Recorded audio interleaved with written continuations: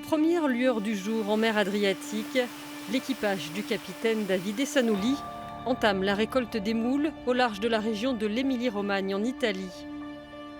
Pas facile de démarrer sa journée aussitôt, mais le plus difficile reste à venir. Les moules sont élevés sur de longues cordes immergées. Parfois, cela demande beaucoup d'efforts de les tirer hors de l'eau.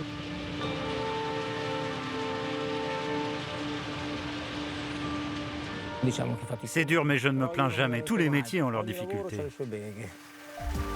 Certes, les machines représentent une aide, mais elles ne fonctionnent pas sans bruit. Elles n'empêchent pas de recevoir de la boue dans les yeux, égard aux parties qui bougent. C'est une usine brinque-ballante et assourdissante au beau milieu de la mer où l'on n'a guère le temps de se reposer.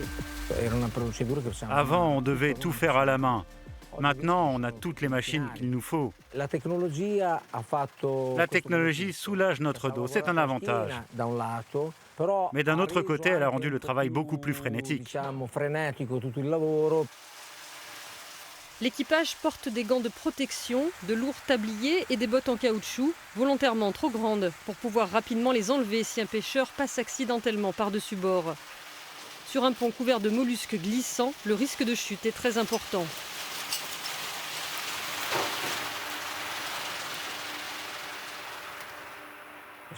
On se fatigue toujours et donc on peut facilement glisser et tomber à l'eau ou se cogner la tête.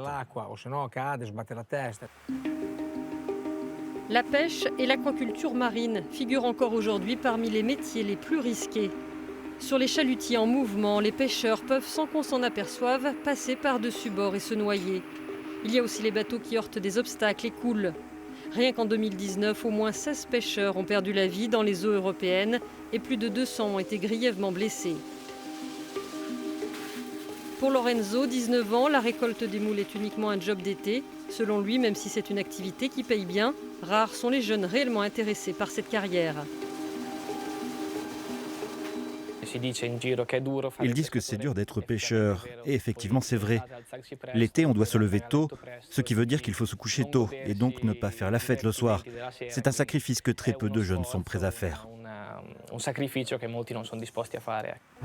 Cela fait de la pêche un travail essentiellement réservé aux hommes d'âge moyen. Leurs épouses sont souvent dépeintes comme des femmes au foyer attendant avec impatience le retour de leurs hommes. En réalité, elles jouent aujourd'hui un rôle clé dans l'administration des entreprises de pêche, le traitement et la vente des prises. Mais elles ne vont presque jamais pêcher elles-mêmes en mer, à de rares exceptions près.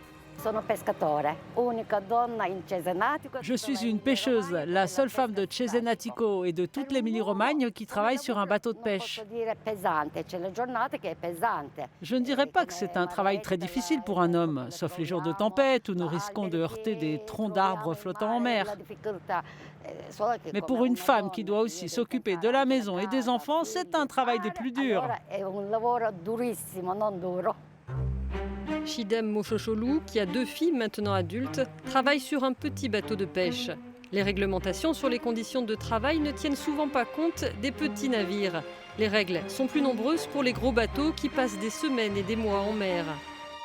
Mais les pêcheurs de Cesenatico affirment que même sur les plus petits bateaux, un travail pénible peut affecter la santé. Il y a le froid, la pluie, les lourdes charges sur le dos et les heures de travail interminables. On parle des maladies osseuses, moi j'ai des problèmes d'œsophage. En Italie, la plupart des bateaux sont vieux. On a besoin d'un réel plan de modernisation. De meilleures technologies aident beaucoup, mais leur potentiel n'est pas pleinement utilisé. Il existe des possibilités de financement, mais les gens n'ont pas beaucoup de connaissances en la matière ou n'acceptent pas les coûts. Un débat mondial est en cours sur la manière de rendre la pêche plus sûre. Une partie de la solution réside dans une réglementation plus stricte. En Europe, cela inclut un certain nombre de directives européennes et de conventions internationales, dont la plus importante est la Convention 188 pour le travail dans la pêche. Un autre outil est le financement ciblé. L'UE soutient les formations et certaines modifications de navires qui améliorent la sécurité sans augmenter les captures. Toutefois, selon l'administration régionale, les modifications de bateaux sont rares car la moitié du coût doit être supportée par les armateurs eux-mêmes. Nous avons lancé 2 appels dans la région d'Émilie-Romagne, précisément pour essayer d'encourager les pêcheurs à améliorer leur équipement. Nous avons organisé des réunions et diverses activités de promotion, mais malgré tous ces efforts, nous n'avons pas réussi à en convaincre beaucoup d'investir dans la sécurité à bord. Ils disent oui aux formations, mais ne feront pas d'investissement matériel et c'est malheureusement un problème.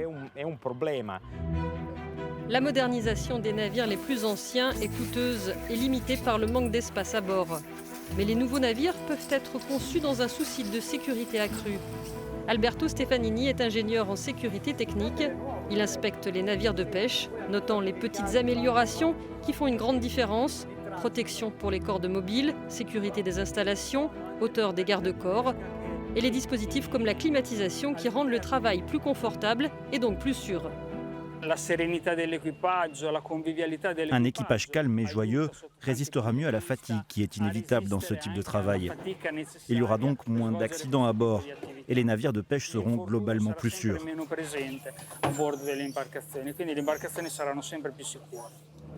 Massimo Bellavista travaille avec les coopératives, les syndicats et l'UE pour améliorer les conditions de travail à bord des navires par des moyens tels que des inspections techniques régulières et des formations à la sécurité.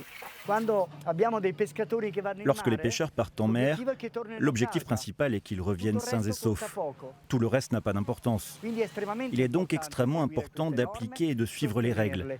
L'Italie a pris un peu de retard dans le processus de ratification de la Convention 188, mais nous y travaillons et les pêcheurs doivent essayer d'anticiper ces changements sans attendre que les règles plus strictes deviennent obligatoires. Les 4 conchiliculteurs ont passé 7 heures en mer. Après avoir récolté 2 tonnes de moules, leur fatigue est visible. Mais dans les mois à venir, Davide prévoit de moderniser tous les équipements pour rendre le travail plus facile et plus sûr. J'ai déjà déposé une demande pour des travaux d'une valeur de 70 000 € afin de moderniser ce bateau en améliorant tout et la moitié de ce montant sera financé par l'Europe.